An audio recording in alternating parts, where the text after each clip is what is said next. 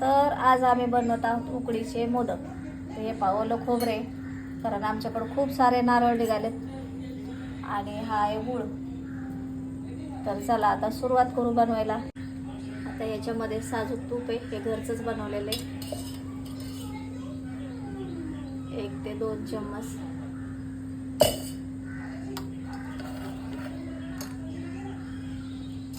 आणि हे नारळ. आता हे दोन्ही चांगलं परतून घ्यायचं. आता हे चांगलं परतून घ्यायचं याला.